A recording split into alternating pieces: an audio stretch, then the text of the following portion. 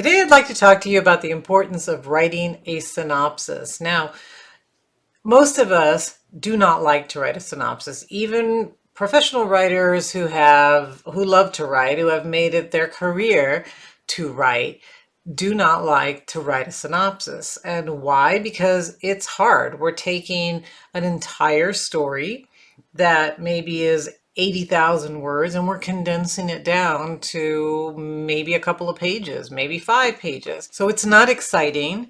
It's difficult to do. It's difficult to fit everything in there. So most of us would prefer not to write a synopsis. And so I'm going to talk about why it's important and why, even if you have decided to be independently published, to self-publish your own work, you still want to write a synopsis. So let's talk about that today. You have a story to tell, but you don't know where to start. Let me show you how to free your story. I teach you how to write and how to dig deep in your soul to release your story and make a difference in the world. Welcome to the Julia Amante channel. If we're just meeting, I am Julia Amante. Thank you for joining me here every Friday. So let's talk about synopsis writing and why I think it's actually a crucial skill for you to have and for you to learn so that you can, well, we'll talk about what you can do with it. So most of the time, so traditionally, let's say, the reason that we wrote a synopsis was to sell our project. So back when I started writing, that's the only way you were going to get published, is if a traditional publisher bought your book and published it. So you would need to send a synopsis and usually the first 3 chapters to your agent. If you didn't have an agent and you found a publisher that would accept unagented work, you would send your manuscript directly to the editor. And again, usually it was accompanied by the first 3 chapters. So they would read your synopsis. If they liked your synopsis, if they were interested in the story, then they'd read the chapters to get a better idea of your story and of your writing style. But then, you know, here comes independent publishing. We now can self-publish our own books. We don't need an agent, and we don't need an editor to approve of our story. So why would we bother writing this terrible synopsis that everybody hates to write? So stay with me and I will explain why it's still important and why you still want to do it. So first, let me share that independent publishing has way outgrown traditional publishing in the number of books that are out there. So according to Publishers Weekly, who quoted Bowker, which is the company that creates the ISBNs and that you can buy the ISBN numbers, which are the numbers on the back of your book, under the UPC code and all of that, right? So each book has its own ISBN number. So in 2001, 2.3 million books were published in the United States alone. And traditional publishers published 500,000 to 1 million books, depending on who they're counting as traditional publishers. So the main big publishers and probably some of the minor ones as well. So 2.3 compared to even 1 million books. We are self-publishing a lot more. So if that is the route that you're going, you probably are not going to need your synopsis in order to sell your books because, of course, you're self-publishing. However, why is it still important then for you to actually write a synopsis? Well, as I mentioned, a synopsis is a concise summary of your story. So in that synopsis, you're including things like who are the characters, what are the plot points of the major conflict, how is this story going to end, what is the character arc, what are the emotional development of the characters, protagonists, all of this. And the synopsis usually, because again, it was traditionally used to sell your story, you would also include a little bit about yourself and why you're uniquely qualified to tell this story, what is your expertise. But okay, so we don't need it for the editor anymore, but can you think of another reason why we might need to have a summary of our book? Well, if you are self-publishing, you're doing all of it. You are publishing everything, right? You are not only producing the book, you're also marketing the book, which means you are producing or hiring someone to create your cover for you. You're writing the back cover copy. You are dealing with marketing, selling your books, trying to get reviews, trying to get the media to talk about your book. So there's a huge marketing aspect where you're going to need to be able to tell a short, concise story about your book. You need to have a concise summary of what your book is about. Having a really well written synopsis or summary of your book will help you later when you are sending out all these reviews. You also want to have a synopsis of that book on your website. So if somebody goes to your website, you have a new book, you want to tell them briefly what the story is about, and you want to make it interesting. So another thing that a synopsis does is it usually has your voice. So it should sound similar to what the story is like. So when somebody is reading your synopsis, they should get a feel of what it would be like to read your entire book. But if you're going to enter your book in a contest, if you're going to send it out to reviewers, you're going to need to have that working synopsis. Some of them are going to want it longer. So we have that nice back cover copy, let's say. We can expand on that so that reviewers have a better idea of what our story is about. Also, you might want to shorten it. So maybe for contests, or if you're speaking somewhere, you want to have a shorter version of it. So when they're introducing you, they can briefly tell the audience, let's say, what your story is about.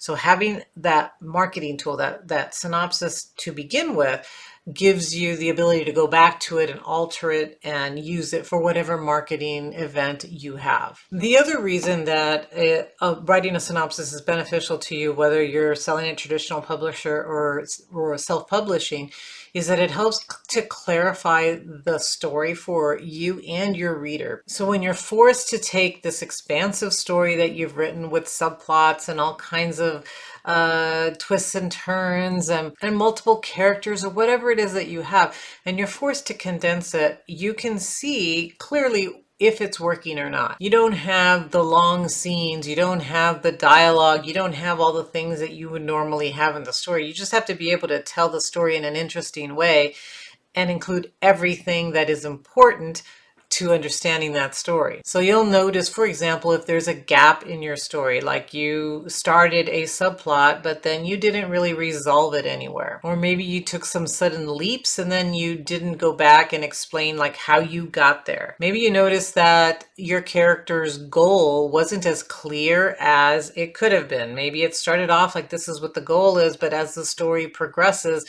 they're no longer really focused on that goal. Or maybe you notice that the character's motivation, you're not explaining it well enough, and maybe you're not explaining it well enough because it's not as clear in your novel. So when you're writing your synopsis, you're selling it to someone else. And a lot of times this actually opens your eyes like, oh, I really need to make sure that I'm explaining this motivation. Sounds really great in the synopsis, but how am I clearly showing the motivation of the character or the importance of the subplot or whatever? So it does help to clarify things for you as the writer, making it super clear for the reader. You might also notice things like there's a pacing issue. So you might spend a lot of time, for example, explaining the opening, the beginning of the novel, but then maybe gloss over certain other areas, meaning that maybe in your actual novel, there's a pacing issue there. You're not really focusing on this. You're jumping from this is the way it starts to, okay, this is the way it's going to end. Well, how are we getting there?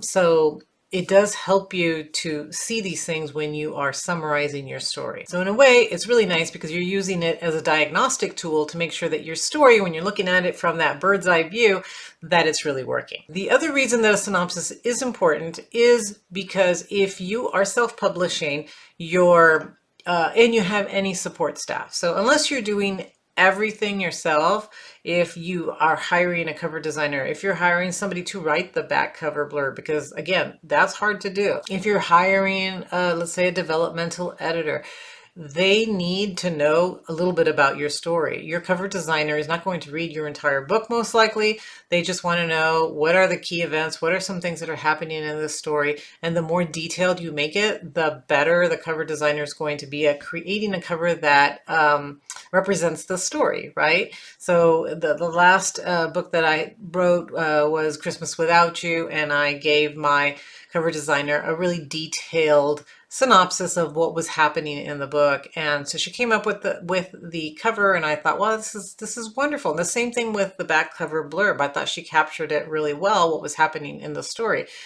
And they both said, well, that's because you gave us such a detailed synopsis. It was easy to picture it. Cover designers are like one of the freelance people that you might hire to help you with the, complete the publishing of the book. Another one could be the developmental editor. If you have an editor that is going to look at the flow and the structure of your story and is it really working, they probably would love to read a detailed synopsis first just to see like, okay, what is the story about? What is your vision of the story? Where do you see it going? What is the goal? What are the characters' goals?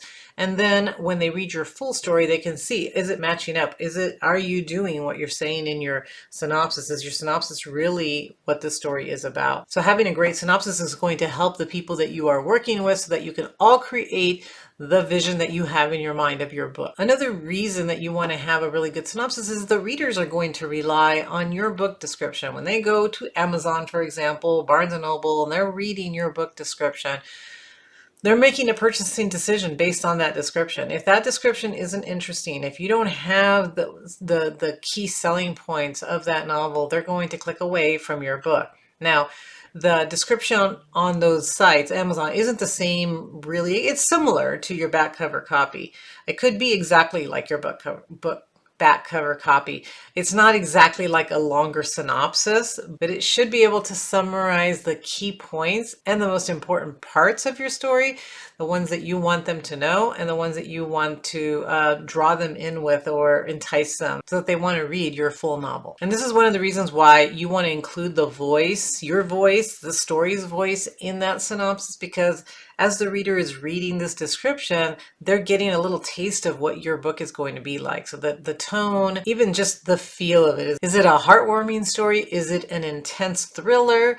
What is it? And they should be able to get that feeling from reading your synopsis or your description of the book. And also, if you look into the future, one of the things that the synopsis can do is, let's say that you do self-publish it. It does okay, but then you would like to sell it to a traditional publisher. You will have that synopsis, right? So you'll have that in the future to be able to say, this is what my story is about. So just because you decide to self-publish today doesn't mean that maybe next year or in the fall or a year or two, you might not decide to, well, let's try with a traditional publisher.